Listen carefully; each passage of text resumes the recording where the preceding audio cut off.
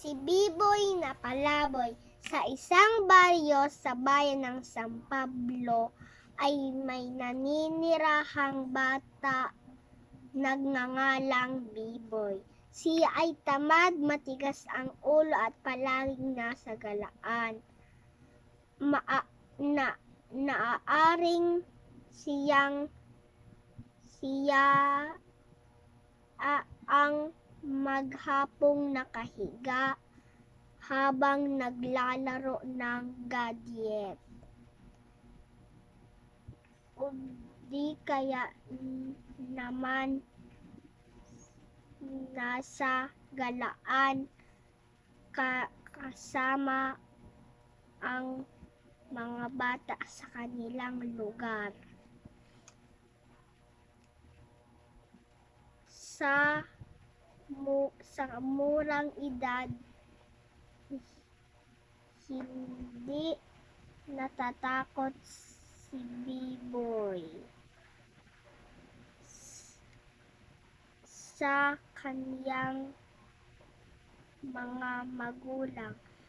Ang tanging kinakatakutan lang niya ang usap-usapan nilang magkakalaro tungkol sa isang matanda malapit sa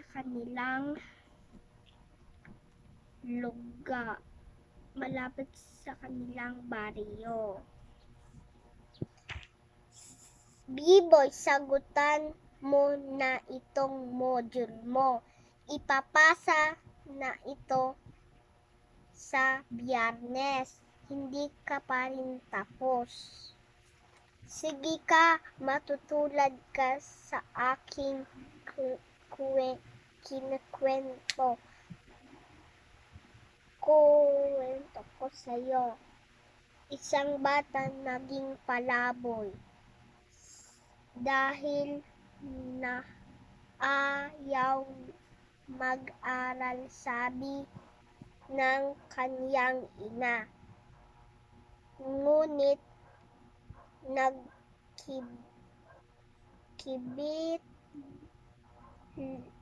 kibit-balikat lang si Biboy na nimoy walang narinig at dahan-dahang umalis papunta sa basketball court. Nasa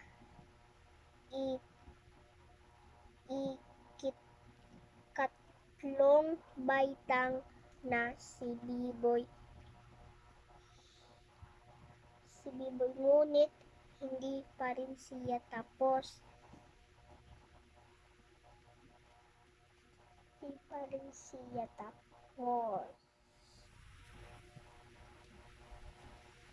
Basketball. Hindi pa rin siya matatas. Bumasa, hindi pa rin siya marunong sa math. Ang tanging maalam lang niya ay ang laro sa kaniyang cellphone. Isang araw, inutusan siya ng kaniyang ina na bumili sa tindahan. Sumunod siya dahil ito na ang hudyat na maaari siyang makalabas ng bahay. Habang naglalakad siya,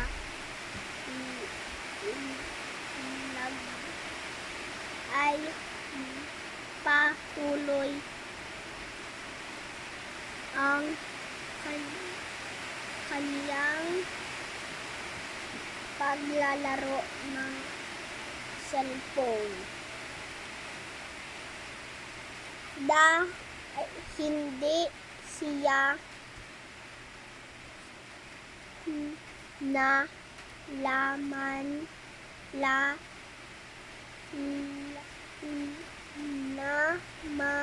namalayan na lagpas na pala siya sa tindahan.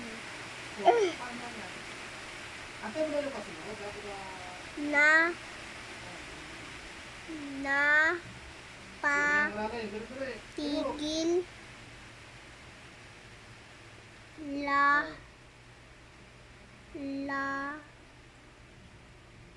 lamang siya sa paglalaro ng may nabunggo siya. Pag-angat ng kanyang ulo ay laking gulat at takot niya.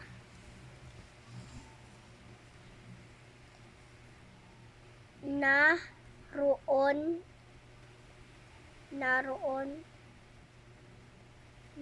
na pala siya sa bahay ng kanyang kinakatakutan. Ang matanda ay may mahabang kuko, kulot na buhok, at itim na mga ngipin. Na sa takot niya ay biglang na pala siyang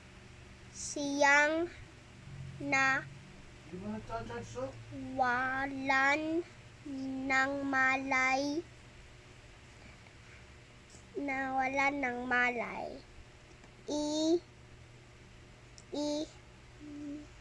Inihiga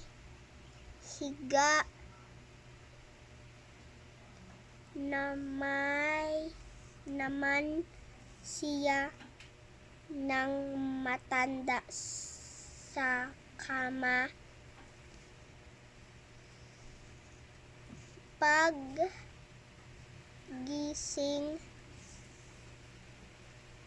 ni Biboy, nakita niya ang naghahanda ng pagkain ang matanda.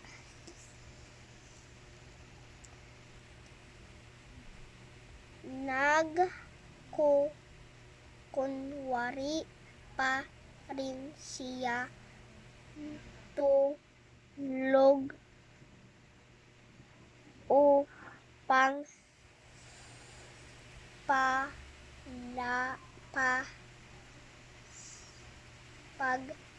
siya ay masdan ang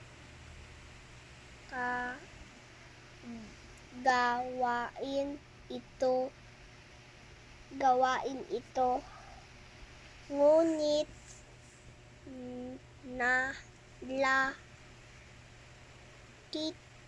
laking gulat ni Biboy nang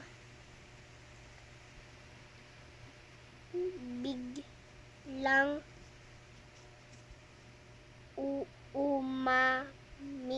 umimik ang matandang babae. Sana makabalik pa ako sa ganitong edad upang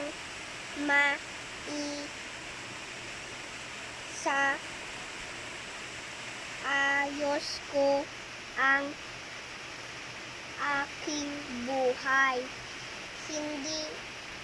Hindi na